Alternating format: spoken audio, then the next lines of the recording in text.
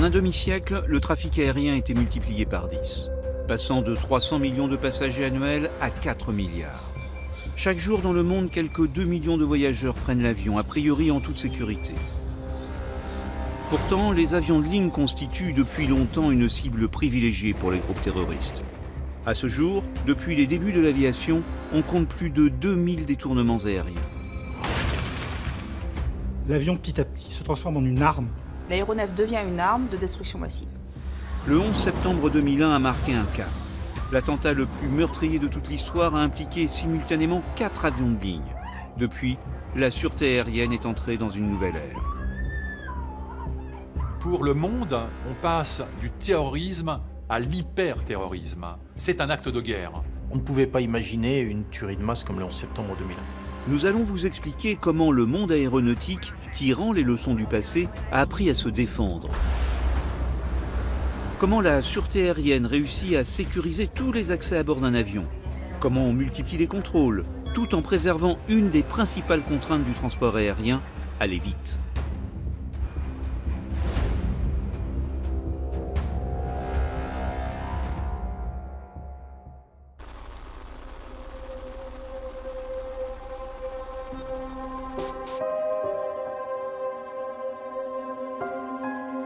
Le 11 septembre 2001 est une date qui restera à jamais gravée dans l'histoire de l'aviation, mais aussi dans la mémoire de tous ceux qui l'ont vécu.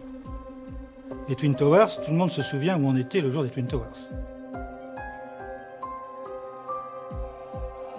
Un acte terroriste sur un avion aura un impact médiatique sur l'ensemble de la planète. Il y a une portée médiatique qui est très forte et beaucoup plus forte qu'ailleurs. Parce que l'avion, ça reste un mythe, ça reste un rêve. Donc ça a toujours été une cible pour les gens qui voulaient faire parler d'eux. Au niveau politique, les terroristes vont chercher à affaiblir le pays en visant la compagnie. C'est une véritable caisse de résonance médiatique. Mais les premières actions criminelles sont bien plus anciennes. C'est aux États-Unis, dans les années 60, qu'apparaissent les premiers pirates de l'air. L'aviation commerciale est alors en plein essor. Vous avez eu les détournements qu'on appelait crapuleux, qui sont des détournements assez croustillants, où, notamment aux États-Unis, dans les années 60 et 70, des gens détournaient un avion pour obtenir une rançon. En 1970, on détourne un avion par semaine à peu près. En 1971, un acteur malveillant du pseudonyme de Dan Cooper détourne un avion, le fait se poser, réclame à la compagnie une rançon qu'il obtiendra, 200 000 $, demande à ce que l'équipage redécolle. L'avion redécolle et là, il s'enfuit en parachute.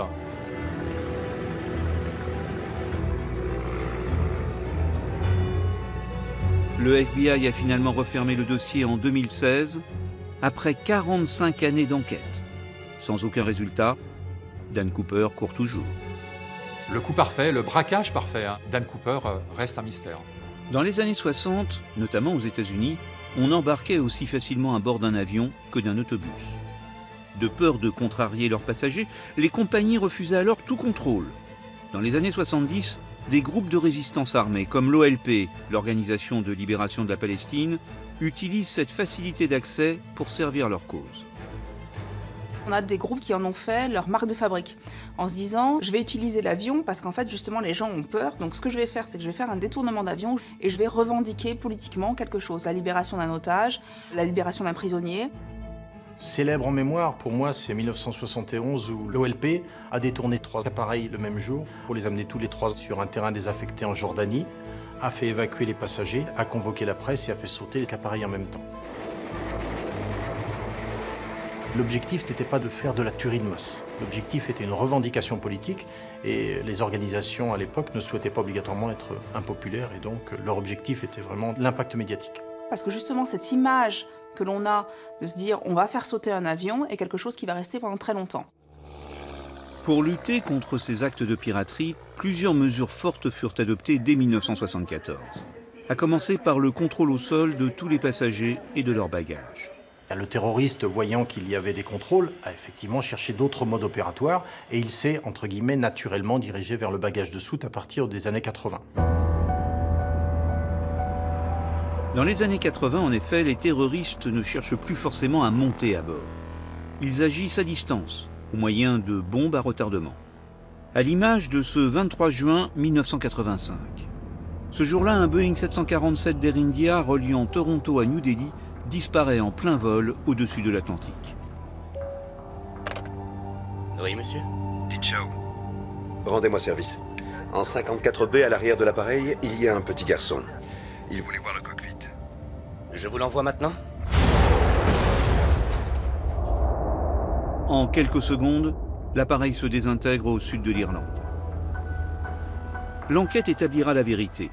Des terroristes avaient dissimulé une bombe dans une valise située dans la soute avant de l'avion. On se retrouve à la fin des années 80 avec une période maudite où on veut tuer des gens avec en plus des modules, des avions qui comportent énormément de personnes. Cet attentat fait 329 morts. Et le monde aérien prend conscience que le contrôle des bagages est très loin d'être suffisant. La bombe n'a pas été détectée avant d'embarquer, car les agents de sécurité au sol étaient alors mal équipés et mal formés. C'est l'une des faiblesses du dispositif. L'autre défaillance, c'est jouer à l'enregistrement. Par manque de vigilance du personnel au sol de la compagnie, voilà comment le bagage piégé a pu voyager dans les soutes du vol Air India. J'aimerais enregistrer mon bagage jusqu'à New Delhi. C'est impossible. Je ne peux pas enregistrer vos bagages pour l'Inde si vous n'avez pas confirmé. Mais si, je vous dis que j'ai confirmé. Attendez, je vais chercher mon frère, il va vous le dire. Bon, d'accord. Résultat, le passager qui a enregistré le bagage piégé n'a jamais embarqué à bord de l'avion.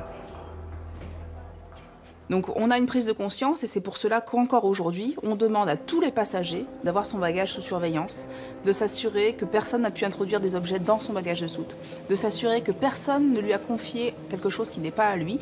Donc les petits cadeaux emballés, c'est le genre de choses sur lesquelles on combat énormément.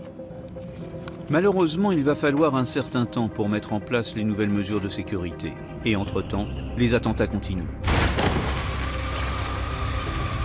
En 1988, une valise piégée explose à bord d'un 747 de la Paname au-dessus de Lockerbie en Écosse. Il n'y a aucun survivant et l'attentat est attribué au colonel Kadhafi. L'année suivante, en 1989, le même colonel Kadhafi ordonne un autre attentat du même type, cette fois contre un DC-10 de la compagnie française UTA. Là aussi, il n'y aura aucun survivant. C'est un bagage qui était chargé sur l'aéroport de Brazzaville et bien l'avion a explosé au-dessus du Ténéré parce que le contrôle n'avait pas été effectué conformément aux règles internationales de l'époque. À cette époque-là, on est face à un problème technologique. Il fallait checker les bagages quasiment un à un. La technologie qu'on utilisait à cette époque pour contrôler les bagages de soute n'était qu'une technologie basée sur la densité des matières et il ne pouvait pas permettre la détection d'explosifs de manière facile. Dans les années 80, seuls des dispositifs manuels plutôt rudimentaires étaient capables de détecter les matières chimiques composant les pains de plastique dissimulés au fond des valises. Mais pour dépister quelques grammes d'explosifs au milieu de centaines de bagages en transit, la tâche pour les contrôleurs est immense. Pour endiguer ces drames à répétition, les autorités ont donc mis en place une mesure plus rationnelle. Une nouvelle règle, malheureusement pas toujours appliquée par les compagnies, la réconciliation bagages-passagers. On s'assure donc à partir du milieu des années 80, et notamment après Lockerbie, que les passagers qui ont enregistré un bagage en soute sont bien présents dans l'appareil. C'est ce qu'on appelle la réconciliation bagage-passager. Et donc aujourd'hui, sur tout départ de vol, on ne fait jamais voyager un bagage sans son propriétaire. Avant un départ, on doit absolument s'assurer que les deux sont présents à bord. Sauf en cas d'attentat-suicide, c'est un moyen efficace et peu coûteux pour limiter l'intrusion d'explosifs en soute. Premier allié contre le terrorisme, c'est le passager. Et ça, c'est vraiment ce qui a suivi cette période 85, 86, 89, où l'objectif, c'est que le passager lui-même, qui n'est pas kamikaze, qui n'est pas suicidaire, est notre meilleur allié pour savoir ce qu'il y a dans le bagage de soute. Parce que normalement, il n'est pas là pour essayer de se faire sauter au-dessus de l'Atlantique. Cette règle est évidemment toujours en vigueur aujourd'hui, même si son application n'est pas sans conséquence sur le plan commercial. Lorsque on arrive à la fin de l'embarquement et qu'il manque un passager, ça arrive très régulièrement, il faut à ce moment-là réouvrir les soutes, chercher son bagage, débarquer son bagage. D'ailleurs, c'est un motif de retard énorme. Commercialement, c'est très difficile de faire admettre ça aux passagers, mais c'est pour garantir la sûreté du vol. La réconciliation bagages-passagers est obligatoire dans le monde entier. Et ce type d'attentat a quasiment disparu. En fait, la menace a évolué. Et depuis les années 90, elle est passée de la soute à la cabine.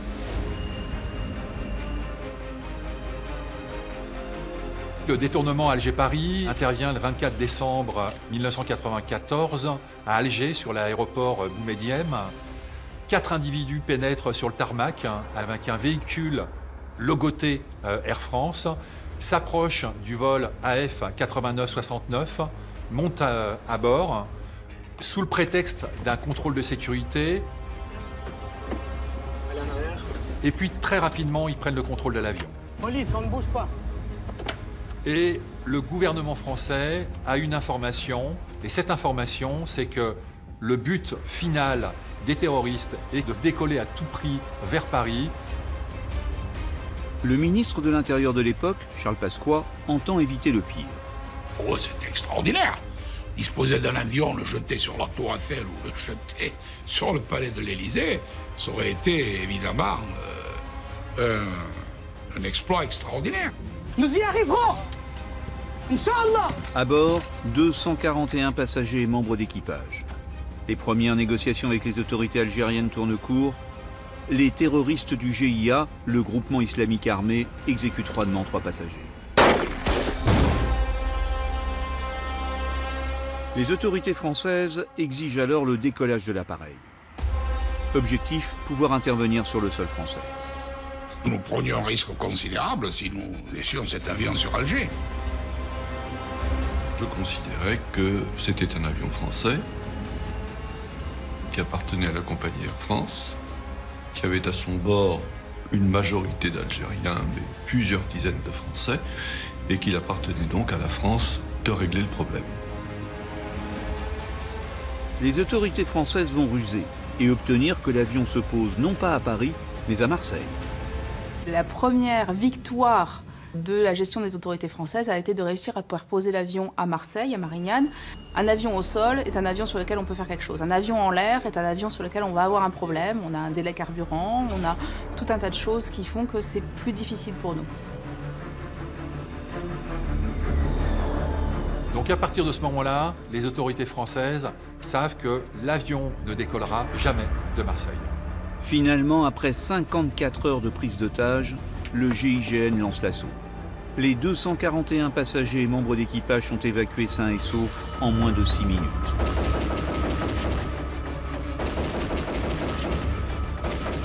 Le GIGN a fini par donner l'assaut, tuant les 4 terroristes, sans toucher un passager, ce qui a été miraculeux. 1000 cartouches tirées, pour vous dire la violence de l'assaut. L'intervention du GIGN a évité le pire. Mais la prise d'otage a coûté la vie à 3 passagers et surtout mis en évidence les failles dans la surveillance de l'aéroport d'Alger. Alors, à Alger, les terroristes ont bénéficié de la complicité d'un policier de l'air et des frontières, ce qui a rendu perméable la chaîne de sûreté. Il est difficile de dire quels étaient les contrôles exacts à Alger.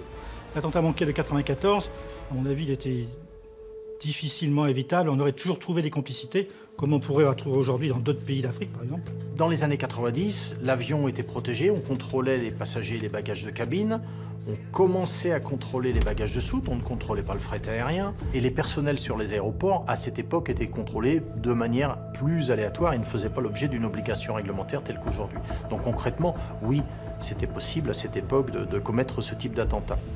À la suite de ce drame, Air France décide de suspendre ses vols vers Alger. Un embargo de fait qui va durer 9 ans jusqu'en 2003 et qui sera suivi par d'autres compagnies aériennes européennes. C'est un message qu'on envoie, le niveau de sûreté n'est pas garanti, donc on arrête la liaison. Donc ça, c'est la mesure ultime. On peut considérer que si on arrête les vols, finalement, c'est qu'on a perdu. Suspendre les liaisons aériennes est un acte fort, et dont la conséquence est l'isolement d'un pays. Pour des raisons de sûreté, ce fut le cas avec l'Algérie. Même si cette décision allait à l'encontre de la Convention de Chicago, le texte fondateur de l'aviation civile, qui prône la libre circulation des biens et des personnes à travers le monde. L'aérien et le vecteur aérien est un des moyens de maintenir la paix dans le monde. Donc on a un objectif initial de l'aviation, s'assurer, en interconnectant les citoyens des différents pays, que on va avoir une plus grande ouverture. Je dirais c'est un peu le réseau social avant le réseau social. C'est du Twitter, du Facebook des années 50. L'aviation était une ouverture sur un monde qui était différent. De fait, en 1944, à la signature de la Convention de Chicago, le monde était bien différent. Le texte garantissait alors la souveraineté de chaque État dans son espace aérien. Mais il se révèle très limité face au développement du terrorisme des années 2000. L'attentat manqué du l'Alger Paris est important parce qu'il y a dedans les germes de l'attentat de septembre 2001. À cette époque, dans les années 90, quand on nous disait « Est-ce que vous imaginez un attentat fait par des kamikazes possibles ?» Nos collègues psy nous répondaient « On n'imagine pas un terroriste attendre paisiblement avec sa bombe sur lui au milieu de la salle d'embarquement. » Le terroriste n'est plus là pour essayer de faire sauter des gens, mais il est capable d'être kamikaze, de se coordonner avec plusieurs vols, et ils sont prêts à se tuer pour cela.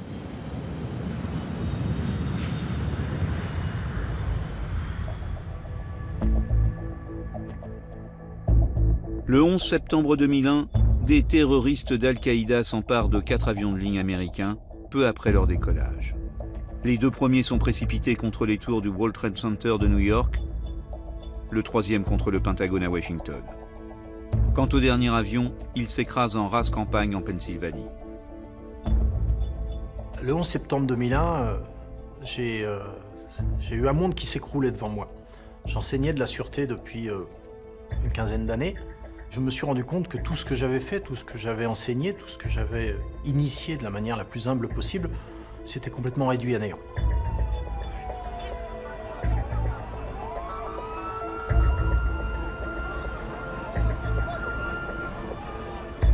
Alors, 2001, c'est fondamental, c'est fondateur, parce que la cible, c'est la plus grande puissance du monde, c'est les États-Unis. Et les États-Unis, ils se pensaient invulnérables. L'attentat suicide du 11 septembre et ses presque 3000 victimes ont marqué un tournant décisif dans le monde de la sûreté aérienne. La prise de conscience, elle est extrêmement brutale, puisque dans le monde aérien, on se dit que des avions de ligne peuvent servir de vecteur à une action terroriste. Pendant 30 ans, on a expliqué aux gens qu'on mettait en place des mesures efficaces, que le risque kamikaze n'existait pas. On se rend compte que tout ce qu'on a monté à partir de ce moment-là ne permet pas de contrecarrer la menace. Il va falloir qu'on coopère plus, on va devoir avoir quelque chose d'industriel, une sûreté industrielle et plus une sûreté artisanale. Les terroristes du 11 septembre n'étaient équipés que de simples cutters. À l'époque, embarquer à bord d'un avion avec une petite arme blanche était tout à fait possible. Avant 2001, les postes d'inspection filtrage ressemblaient à peu près à ce que nous connaissons aujourd'hui. La seule différence, c'est que vous pouviez monter à bord avec une paire de ciseaux, avec un cutter dans votre trousse. Ça ne posait pas de problème. C'était interdit. La seule chose, c'est que les portiques, à cette époque, étaient réglés principalement pour détecter à peu près 60 grammes d'acier. Si vous mettez un portique de détection de masse métallique, si vous le réglez pour détecter 5 grammes d'acier, vous allez arrêter tout le monde. Donc, c'était possible de rentrer avec des moyens qui étaient en deçà de cette règle de base. Depuis 2001, tous les objets coupants ou contondants sont formellement interdits à bord des avions, du couteau suisse à la simple lime à ongles. En 2001, les États-Unis décident qu'on va prendre ça au sérieux et imposent leurs mesures dans le monde entier. Et ces mesures, c'est quoi? C'est 100% de contrôle, on contrôle tout ce qui monte à bord. C'est ça ce que fait septembre 2001. C'est la puissance américaine qui dit désormais, tout ce qui monte à bord, c'est contrôlé. Et il l'impose à tous les avions qui vont aux États-Unis, donc au monde entier en fait. Mais les simples contrôles ne suffisent plus. Les autorités décident aussi de renforcer la protection des postes de pilotage. La première mesure, c'est de s'assurer que personne d'autre que les gens qui ont quelque chose à y faire ne soit dans le cockpit. Et pour éviter toute intrusion étrangère, une solution de bon sens est imposée aux compagnies du monde entier. Depuis le 11 septembre, on a pris une nouvelle direction en matière de protection des avions. Les cockpits sont munis de portes blindées. La porte de cockpit blindée doit être là, il doit y avoir un code et la plupart des compagnies ont trouvé utile d'avoir une caméra qui permet aux pilotes de savoir ce qui se passe dans la cabine. En fait, l'entrée dans le cockpit est quelque chose qui est à l'initiative du pilote et du copilote et n'est plus quelque chose qu'ils doivent subir. Le blindage des cockpits était une réponse à un problème donné, à un instant T, qui était plus fait pour rassurer qu'autre chose. Ça a une efficacité certaine, mais ça ne répondait pas de manière globale à la menace. Mais en matière de sûreté, il n'y a pas de solution parfaite. Et la protection la plus efficace peut même parfois être retournée et devenir une véritable menace. En mars 2015, un Airbus A320 de la compagnie allemande Germanwings quitte Barcelone. Destination Düsseldorf. 29 minutes après son décollage, le commandant de bord s'absente quelques instants pour se rendre aux toilettes. Geste prémédité ou non, le copilote dépressif en profite pour s'enfermer dans le cockpit et se retrouve alors seul aux commandes. Lorsqu'il souhaite réintégrer le poste de pilotage, le commandant trouve porte close. Impossible à déverrouiller de l'extérieur et inviolable. La porte blindée résiste à tous les assauts, alors que dans un délire suicidaire, le jeune copilote envoie l'Airbus se fracasser contre la montagne dans les Alpes françaises. Bilan, 150 victimes. Suite à ce drame, l'Agence européenne de la sécurité aérienne a préconisé la mise en place de nouvelles procédures. La règle des 4 yeux implique qu'il y ait 2 personnes dans le poste de pilotage en permanence, afin d'éviter que l'accident de la Germanwings ne se reproduise. L'objectif de l'aviation civile étant toujours de s'assurer qu'on a le meilleur niveau de sécurité, le meilleur niveau de sûreté à tout moment. En clair, lorsqu'un des 2 pilotes s'absente du cockpit, une hôtesse ou un steward doivent être physiquement présents. Mais depuis le 11 septembre 2001, les principales évolutions en matière de sûreté aérienne concernent le sol, et surtout l'aéroport. Les mesures appliquées dans les grandes démocraties occidentales à partir de 2001 sont un véritable mur qui est très dissuasif pour le terroriste. Les aéroports sont partagés en 2. Au milieu, il y a un mur. Avant ce mur, on est dans la zone publique, qu'on appelle aussi zone ville. De l'autre côté de ce mur, il y a la zone réservée. Et dans cette zone-là, il n'y a que des passagers, des bagages et du fret qui ont été contrôlés. Pour accéder au côté piste, vous devez être en possession d'un titre de circulation ou d'un billet.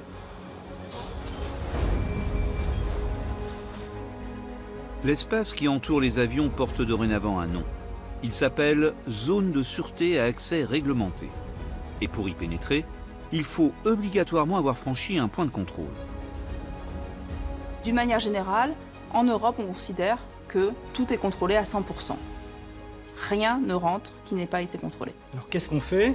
Tous les passagers, on les fait passer sous les portiques. C'est pas parfait, mais on détecte une masse métallique. Et tous les bagages passent dans des tunnels X-ray dans lesquels on voit assez bien les explosifs et les armes. Mais également pour tous ceux qui travaillent sur l'aéroport au profit de l'avion, qui passent également les mêmes contrôles, les mêmes points d'inspection-filtrage. Les véhicules sont également inspectés et filtrés, ce qui fait que lorsqu'on s'approche de l'avion, globalement, ce sont des gens qui, normalement, ont tous été contrôlés. Ce qu'on cherche à faire, c'est à sanctuariser l'aéroport côté piste. Et la tâche est immense. La surface d'un aéroport comme Roissy-Charles de Gaulle représente le tiers de Paris. Chaque jour, 80 000 personnes travaillent pour accueillir quelques 65 millions de passagers annuels. Un chiffre qui ne cesse d'augmenter.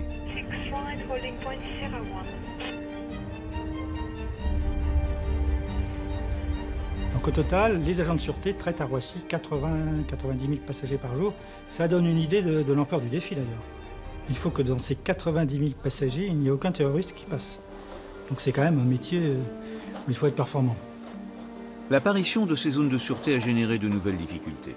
Comment imposer aux millions de passagers des contrôles efficaces sans leur faire perdre trop de temps, ni générer un fort sentiment d'insécurité?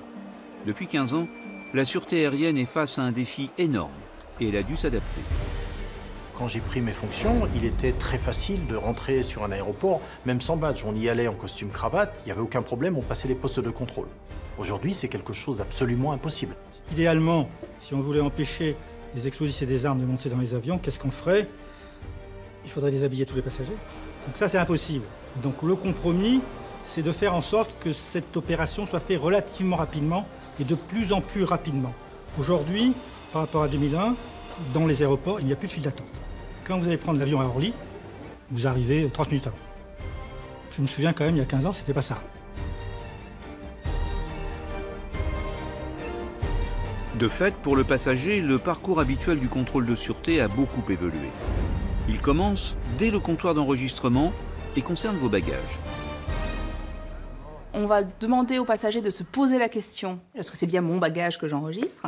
On a parfois des surprises. Et puis ensuite, le bagage, dans ce que ne voit pas le passager, est passé devant un contrôle à 100%. Ça a d'abord été un problème technologique. Il a fallu inventer des systèmes qui permettaient de détecter les explosifs à l'intérieur des bagages. Cela peut être complexe parce que les bombes, on peut les dissimuler dans tout un tas d'objets. On a des cas sur les attentats des années 80 où on mettait ça dans une radio, par exemple. C'est plus difficile pour un humain de savoir ce qu'il y a dans une radio s'il n'a pas la technologie. Donc la technologie est là pour aider et est là pour que ça prenne moins de temps. C'est invisible pour le passager. Mais avant d'être embarqué à bord de l'avion, les bagages sont soumis à des systèmes de détection utilisant les technologies les plus récentes. Les bagages passent dans des tomographes, c'est-à-dire dans des rayons X-ray. Le tomographe est identique au scanner médical.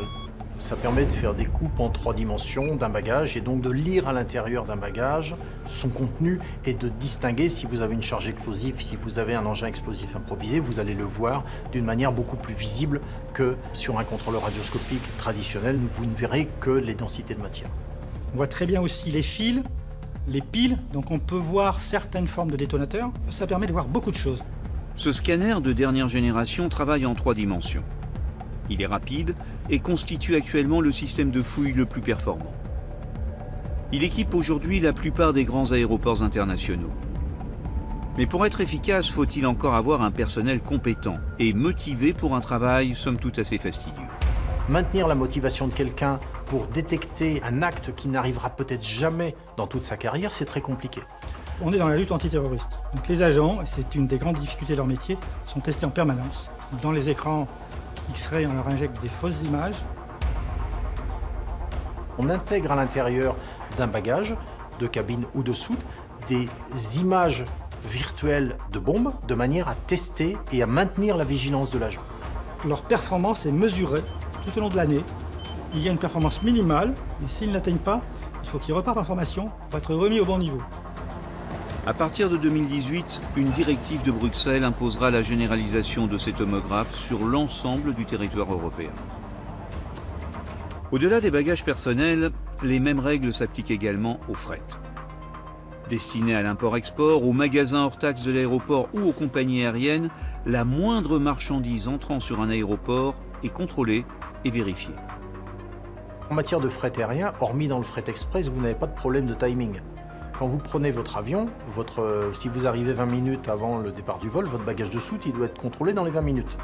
Or, si vous envoyez une palette de petits pois à l'autre bout du monde, vous avez beaucoup plus de temps pour la contrôler que le bagage de soute. Pour ça que le contrôle du fret, il est à la fois plus compliqué compte tenu des volumes et il est à la fois un petit peu plus simple compte tenu des délais que vous avez pour contrôler ces marchandises. Les camions de livraison et d'approvisionnement sont tous contrôlés par les autorités de sûreté. Et ces contrôles prennent parfois un aspect moins technologique. On aspire une petite quantité d'air quand le camion arrive sur l'aéroport. Cette petite quantité d'air est présentée à un chien et le chien détecte la présence d'explosifs d'une manière quasiment infaillible.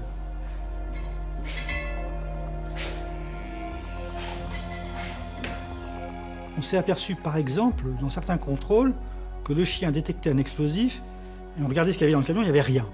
On regardait le livret de bord du camion et on s'apercevait que 2 livraisons avant, il avait transporté des produits dans lesquels il y avait un composant d'explosif. Donc le chien détecte ce qui s'est passé il y a 2 ou 3 chargements avant. Donc le chien est très très performant.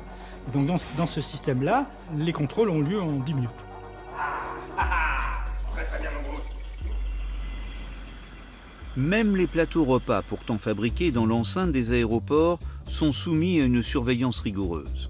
Le principe de base, c'est ce qu'on appelle une chaîne d'approvisionnement sécurisée.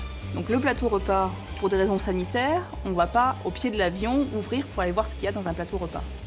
Donc l'objectif étant de s'assurer que ce que l'on a pris pour fabriquer le plateau repas ne contient pas de choses dangereuses et qu'ensuite on maintient cette intégrité jusqu'au moment de l'avion et jusqu'au moment où le passager va ensuite manger son plateau repas.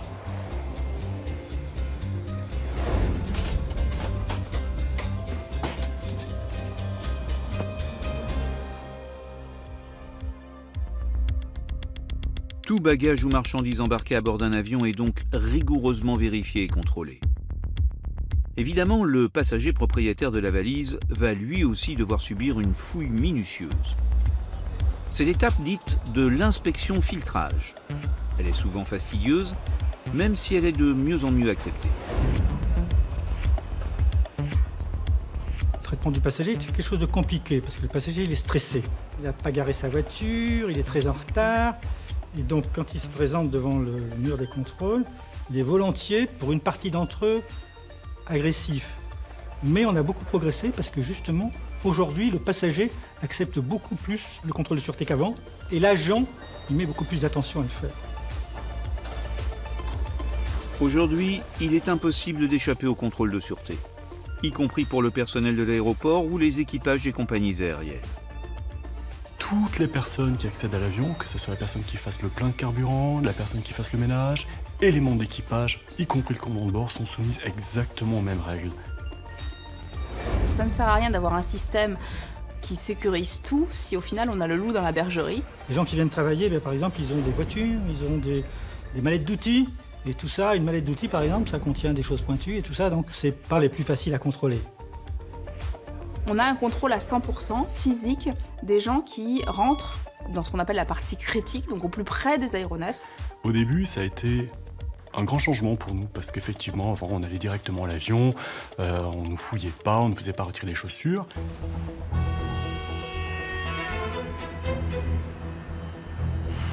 En 1987, aux États-Unis, le personnel des compagnies aériennes n'était pas fouillé avant d'embarquer. Il leur suffisait juste de présenter leur badge. C'est ainsi qu'un salarié licencié de la compagnie Southwest a réussi à introduire un pistolet à bord d'un vol Los Angeles-San Francisco.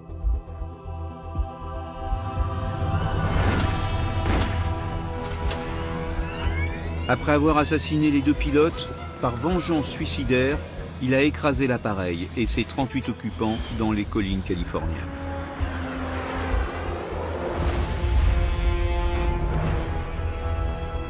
Aujourd'hui, un salarié quittant une compagnie doit impérativement rendre son badge pour être certain qu'il ne puisse plus accéder à bord en toute liberté.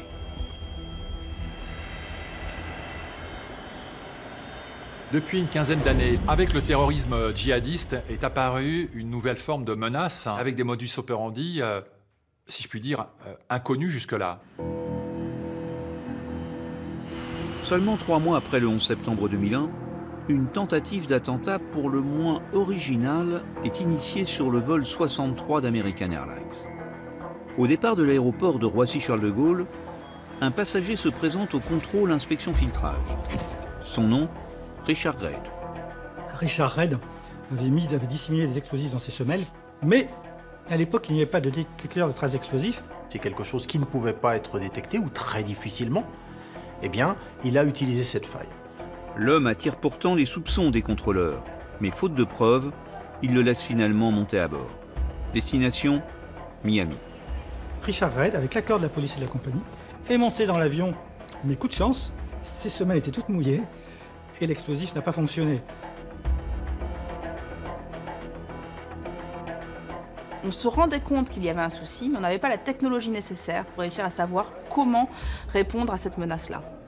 D'où, sur les postes d'inspection filtrage, la mise en place de systèmes qui permettent de contrôler de manière aléatoire qu'il n'y a pas d'explosifs à l'intérieur des chaussures. Aujourd'hui, ces dispositifs de détection d'explosifs pour chaussures équipent les aéroports du monde entier. Faciles d'utilisation et fiables dans leur analyse, ils permettent de contrôler plus de passagers sans ralentir le flux. Mais l'imagination des terroristes est sans limite. Et évidemment, ils ont cherché à contourner l'obstacle en utilisant d'autres produits sous d'autres formes. C'était en 2006 à Londres, et on s'est aperçu qu'il pouvait y avoir des tentatives d'introduction d'explosifs liquides. Sachant que les machines, entre autres pour les passagers et les bagages de cabine, permettent de détecter la densité de la matière. Du liquide, c'est pas dense, donc le terroriste a cherché cette voie. Pour faire exploser un avion, il faut quand même pas mal d'explosifs. Donc on a réuni des grands comités d'experts qui, après avoir bien réfléchi, ont dit qu'en dessous de 100 millilitres, c'était pas possible. Conséquence, depuis la tentative d'attentat raté de Londres, Tout contenant bouteilles, tubes, flacons de plus de 100 ml est en théorie interdit à bord. En dessous de 100 ml, vous pouvez transporter vos liquides et vous les montrer. Aujourd'hui, on est passé à une nouvelle phase. On a des détecteurs qui détectent les molécules d'explosifs. Donc on peut passer des bouteilles à condition qu'elles passent au détecteur. Et ils commencent à être installés un peu partout.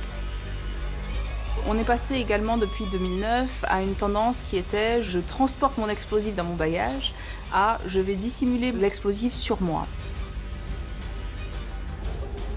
Ce nouveau mode opératoire est utilisé pour la première fois en 2009. Un jeune Nigérian de 23 ans embarque le 25 décembre à Amsterdam, à bord d'un vol Northwest à destination de Détroit. Les contrôles de sécurité n'ont pas détecté la charge explosive, sans détonateur métallique et composé de poudre, que l'homme porte caché dans ses sous-vêtements. Il a dissimulé sur lui, au niveau de ses jambes, de l'explosif qu'il va chercher à mélanger avec un liquide qu'il a dans une seringue. Il y aura une détonation dans l'avion. Les passagers et membres d'équipage vont finir par le maîtriser, le neutraliser, et il avouera après coup au FBI qu'il a agi pour le compte d'Al-Qaïda.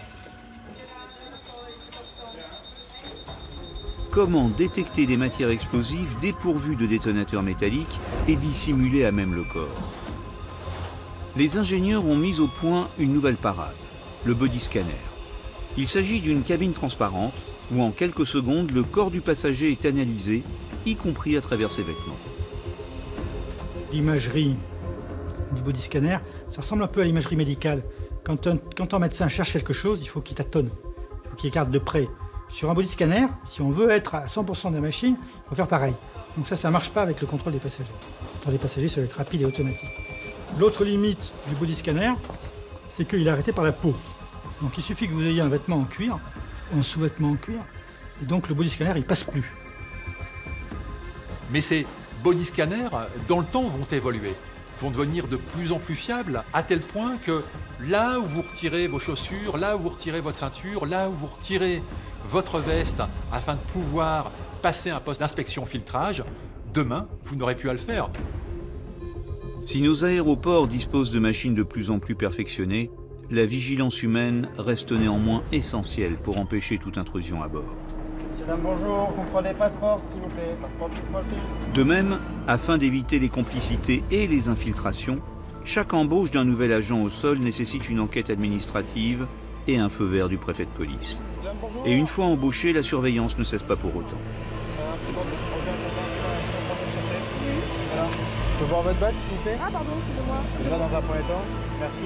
Nous patrouillons en permanence et chaque fois que nous patrouillons, nous vérifions que la personne est bien titulaire d'un badge et que, globalement, cette personne, avec une carte d'identité, est bien la personne qui correspond à ce badge. On va sélectionner le fourgon qui arrive. Le fourgon? Ces badges, en plus, sont des zones attribuées. Certaines permettent d'accéder uniquement aux bagages, certaines permettent d'accéder aux avions. Donc on s'assure également que le titulaire du badge est dans la zone sur laquelle il a le droit de travailler. Vous partez sur une livraison? Non. Mais face à l'intensification de la menace terroriste, les seules patrouilles de la gendarmerie ne sont plus suffisantes. L'ensemble des moyens en notre possession sont utilisés. C'est les vidéoprotections qui sont un peu partout au niveau des aéroports, mais également, bien sûr, le renseignement est essentiel. Avec une radicalisation extrêmement rapide, de plus en plus rapide, il y a également l'objectif d'utiliser des personnels, parce qu'en fait, on va peut-être voir des signes de différence de comportement. Donc l'objectif est de donner suffisamment d'outils aux collègues pour réussir à remonter une information. Le cas de figure le plus fréquent de retrait de badge, c'est lorsqu'il est constaté des signes de radicalisation violente par une des personnes. Et cette surveillance renforcée est efficace. En 2015, à Roissy-Charles de Gaulle, les autorités ont retiré 70 badges d'accès à des salariés au comportement suspect. Tout est fait pour que l'univers soit le plus sain possible autour de l'avion. Évidemment, le risque zéro n'existe pas. Mais aujourd'hui, que ce soit pour les passagers, le personnel navigant, les employés aéroportuaires, les bagages ou le fret, tout est contrôlé. Donc ce qu'il faut comprendre dans la valeur du système, c'est est-ce qu'il est dissuasif vis-à-vis du terroriste ou pas. La meilleure preuve, quelque part d'ailleurs, c'est qu'il n'y a pas eu, en tout cas dans les démocraties occidentales, il n'y a pas eu de tentative d'intrusion dans les avions. Au contraire, on s'attaque maintenant aux aérogares eux-mêmes. Ce qui montrait bien que le terroriste, il a un peu renoncé, touchons du bois, il a un peu renoncé à monter dans les avions. De fait, la nouvelle menace pèse aujourd'hui sur l'espace le moins protégé de tout votre voyage. La zone publique de l'aéroport, celle appelée côté ville. En 2001, on s'est dit, on contrôle derrière. Qu'importe ce qui se passe côté ville. Depuis l'attentat de Bruxelles, les terroristes se sont dit, dans la zone réservée, j'y vais pas, c'est trop compliqué. Mais alors que c'est magnifique, il y a des queues dans les aéroports et je vais frapper là.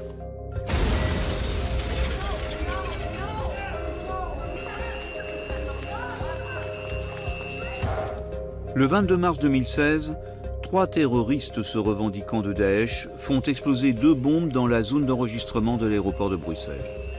C'est l'heure de pointe et les comptoirs sont bondés. Le bilan s'élève à 14 morts et plusieurs dizaines de blessés. Depuis cet épisode, tous les grands pays phosphorent pour essayer de trouver une solution. La première idée la plus naturelle, dans la lignée de ce qui a été fait en 2001, c'est de mettre le mur aux frontières de l'aéroport. Au lieu d'avoir le mur au milieu, on le met au bord. Si je fais un contrôle à l'entrée de l'aérogare, les gens vont attendre à l'extérieur et vont être une cible encore plus facile. Donc ça veut dire que les moyens associés pour s'assurer qu'on n'ait pas une file d'attente sont énormes. Et ça, on peut le voir, ne serait-ce qu'après l'attentat de Bruxelles, où les gens pouvaient attendre jusqu'à 3 heures dehors, et ça demande après des moyens de protection de ces gens dehors qui sont beaucoup plus difficiles que les gens qui sont dedans.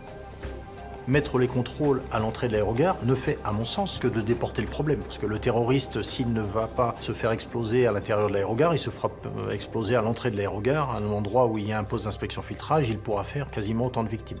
D'où le fait que la sûreté côté ville, pour moi, est principalement un problème de sécurité publique et pas un problème de sécurité du transport aérien. En France, les autorités ont déjà mis en place depuis plusieurs années certaines mesures pour protéger l'extérieur de nos aérogares. En France, je ne peux plus déposer mon passager ou la personne que j'accompagne à l'aéroport directement à côté de l'aérogare. Il faut que je marche un petit peu. Et cette mesure est une des mesures phares pour réussir à éviter les véhicules béliers. Donc on va limiter l'accès de l'aérogare et les voies les plus proches aux véhicules qui sont des véhicules de transport en commun ou des véhicules que l'on peut un peu plus facilement contrôler. L'enjeu principal est donc de réduire au strict minimum l'agglutinement des passagers avant leur entrée dans l'aérogare. En la matière, un État est devenu un véritable expert. C'est Israël, confronté depuis des décennies à la menace terroriste. L'aéroport international Ben Gourion de Tel Aviv est devenu une référence en matière de sûreté. Plus vous avez une menace sur votre territoire, plus vous allez être tenté de déporter des contrôles. L'aéroport d'Israël en est un exemple. L'aéroport de Tel Aviv a même été conçu pour s'assurer qu'on puisse sécuriser justement le plus en amont possible. Il y a d'extrêmement bons exemples. Le contrôle des véhicules longtemps avant qu'ils n'arrivent à l'aéroport est quelque chose d'extrêmement intéressant. Les passagers qui souhaitent accéder à l'aéroport sont contrôlés 3 km en amont de l'aéroport par des agents de sécurité privés, mais aussi par des militaires. Et puis, c'est une longue progression vers l'accès à bord. Par exemple, on va trouver un portier de détection de masse métallique à l'entrée de l'aérogare, des mesures de vidéosurveillance, de patrouilles que l'on voit, de patrouilles que l'on ne voit pas, de dissuasion et une force de gens d'intervention côté ville qui est extrêmement importante. À Tel Aviv, la surveillance est même comportementale. Les Israéliens ont de véritables techniques de détection d'attitudes suspectes. Les passagers sont profilés, ils subissent des mini-interrogatoires. On va leur poser des questions courantes. Le but du profiler est de faire parler la personne et essayer de détecter des signaux faibles. Si la personne se contredit, si la personne a des doutes, ne sait pas répondre de manière spontanée, c'est les signaux faibles. Are you involved with World Jihad Organization? No. Ces techniques de profilage sont utilisées également pour certains vols sensibles à destination des États-Unis. Mais à terme, elles pourraient se généraliser à l'ensemble du trafic. L'idée, c'est de repérer un comportement atypique à l'intérieur d'un flux de passagers. Donc l'objectif est de se baser sur l'intelligence humaine et sur quelque chose qui est radicalement différent de la technologie. C'est ce qu'on appelle l'analyse comportementale. C'est-à-dire que toute personne qui n'est pas en règle avec les règles qu'elle a intégrées dégage des signaux. Et donc on n'a pas attrapé de terroristes, parce qu'il n'y a pas de terroristes, mais on a arrêté beaucoup de gens qui avaient des liasses de billets de 10 000, qui avaient de la poudre blanche, ou qui étaient avec une jeune femme qui n'était pas leur femme légitime. Seul problème, ces techniques demandent du temps et vont à l'encontre de la préoccupation des compagnies aériennes, aller vite. Mais là aussi, la solution pourrait venir de la technologie. Des systèmes de vidéosurveillance et des sociétés actuellement essayent de développer des systèmes automatiques qui vont là aussi détecter des états physiologiques anormaux, une température élevée, une transpiration anormale, une pulsion cardiaque là aussi anormale. Le grand rêve des industriels, c'est d'avoir un couloir dans lequel il y a des senseurs multi-objectifs. On cherche tout ce qu'on veut, toutes les sortes de molécules. Et le passager, à la sortie, s'il est suspect, il est aiguillé d'un côté et sinon il passe de l'autre. En attendant l'arrivée de ces techniques assez intrusives, le profil des passagers est déjà passé à la loupe dès l'achat du billet. Nom, prénom, date, lieu de naissance, adresse, habitudes alimentaires, tout est noté dans un gigantesque fichier dit PNR pour Personal Name Record. Mis en place aux États-Unis après le 11 septembre, ce fichier est consultable par les services de renseignement.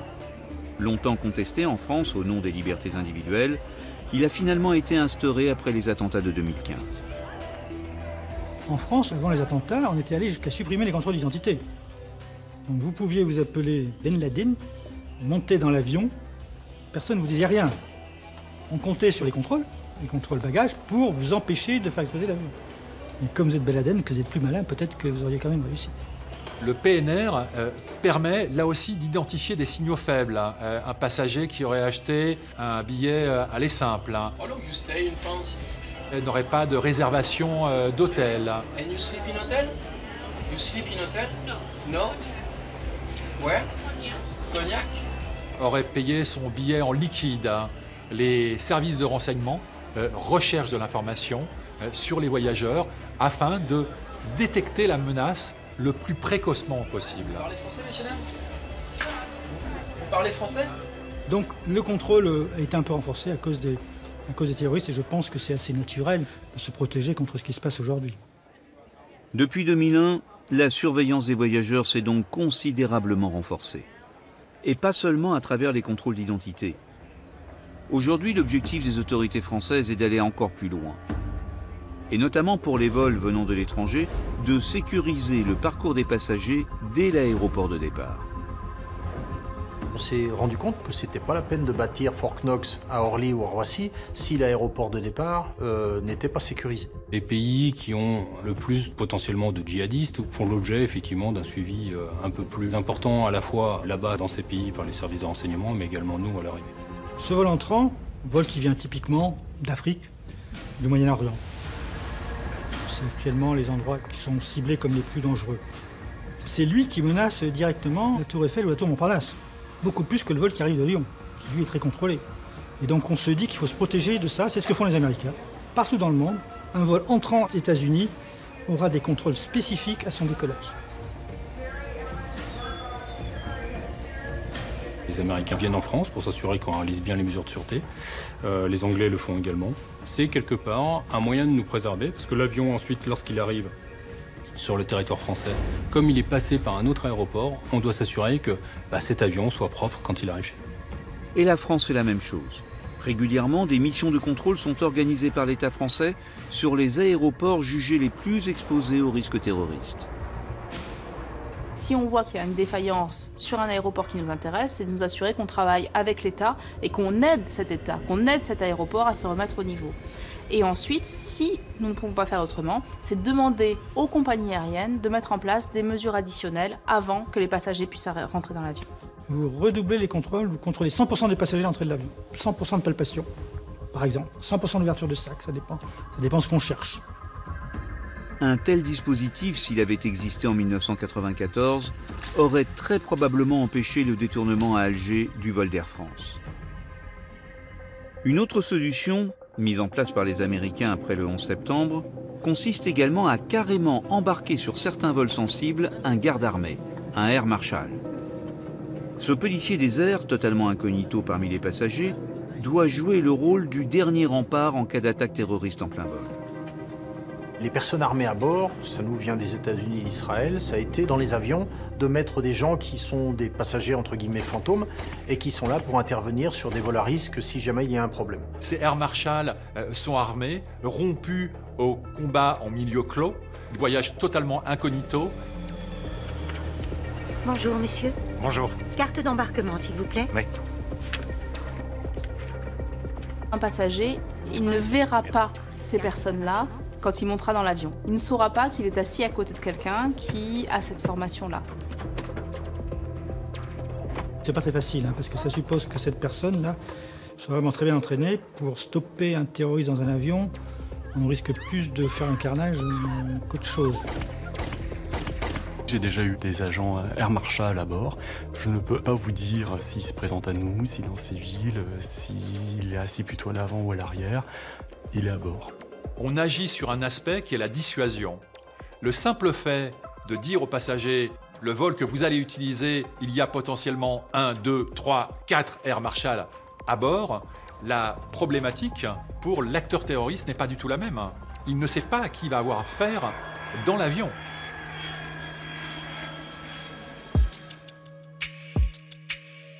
Entre terroristes et responsables de la sûreté, la surenchère est permanente. Toute nouvelle protection voit émerger une nouvelle menace. La dernière en date, les cyberattaques. D'après l'Agence européenne de la sécurité aérienne, chaque mois, on compte 1 millier de tentatives d'intrusion dans les systèmes informatiques des avions, des compagnies ou des aéroports. Le cyberterrorisme, quelque part, ce serait le Saint Graal pour les terroristes de tout poil. Il faut faire très attention, parce que c'est vrai que depuis 20 ans, dans les avions modernes, tout passe par une ligne informatique avec des calculateurs. Donc toutes les données sont là-dessus. Si on réussit à s'introduire là-dessus, on va pouvoir arrêter les moteurs. Donc si on veut faire changer de cap l'avion, on peut penser que l'équipage va réagir, va prendre les commandes manuellement. Donc là, après, si par malheur il y avait un moyen de faire n'importe quel moteur, ça serait plus embêtant.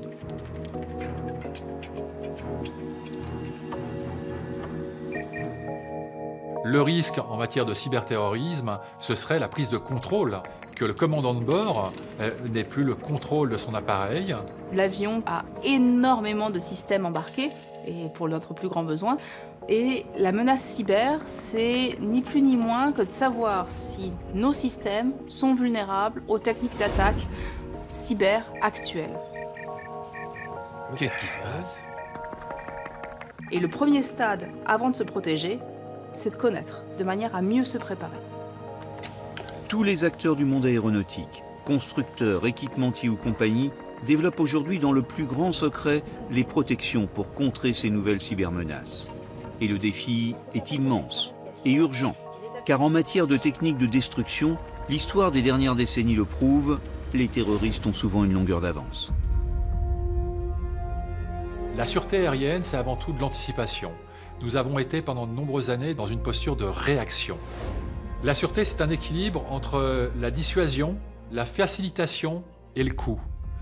La dissuasion, nous devons rendre nos aéroports suffisamment dissuasifs pour que des acteurs malveillants hésitent avant d'attaquer les aéroports, que ce soit côté ville ou côté piste. Les coûts, c'est les coûts des moyens humains et matériels qui vont être déployés afin d'assurer la sûreté. Et la facilitation, c'est de rendre l'accès à bord relativement aisé, afin que le flux de passagers ne soit pas bloqué et surtout que les passagers ne décident pas, notamment pour les vols domestiques, d'utiliser un autre moyen de transport. En France, la sûreté dans les aéroports a coûté en 2016 1 milliard d'euros.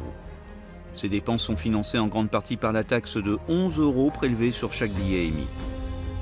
Et vu l'évolution des menaces nécessitant toujours de nouveaux investissements technologiques, cette taxe a de grandes chances d'augmenter encore à l'avenir. C'est aussi le prix à payer pour assurer la sécurité maximale aux 4 milliards de passagers annuels qui sillonnent le ciel de la planète.